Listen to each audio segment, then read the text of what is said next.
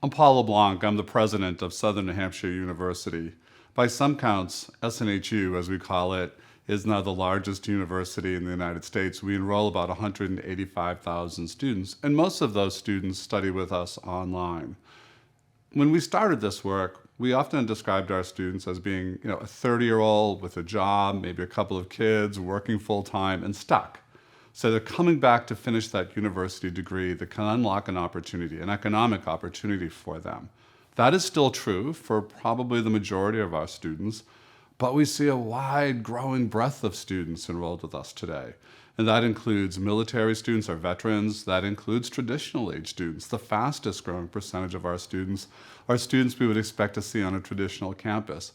But for many of them, those who have to work to support their families, those who are in family businesses, those who are parents themselves at maybe a younger age than many of us, the flexibility of online learning is what serves them well. So as I think back and reflect on my now almost 20 years of leading Southern New Hampshire University, I think there are three things that I would like to highlight for you as critical to our success. So the first one is mission, being really focused on what we're about. And in our case, that mission has to do with access and opportunity for those who are often left behind by traditional higher education. So the second part and extension of that mission is then really focusing on what our students need from us in order to deliver it. It's what Clay Christensen sometimes described as the job to be done. So the job to be done for an 18-year-old who's coming to campus, spending a lot of time with their teachers, is often education, certainly, but also kind of a coming-of-age experience. The job to be done for that 30-year-old who's stuck, maybe working in a factory, is to get a better job, to make more money, to be able to take better care of their family. And I think that's the critical piece here as well.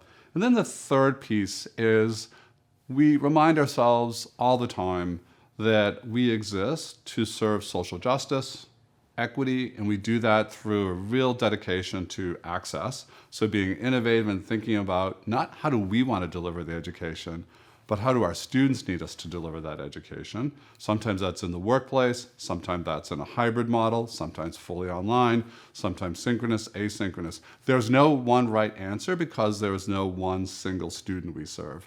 So access, then support. It's one thing to bring your students in, but are they crossing the finish line? Are they getting that credential they need? Not everyone needs a degree. We do more and more work in micro-credentials and skills-based learning tied to a job in the workplace.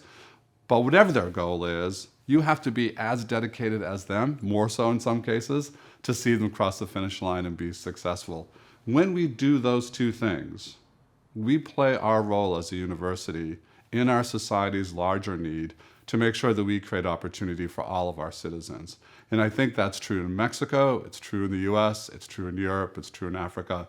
It's true wherever higher education plays that central, critical role in the betterment of human beings and in the welfare of their societies.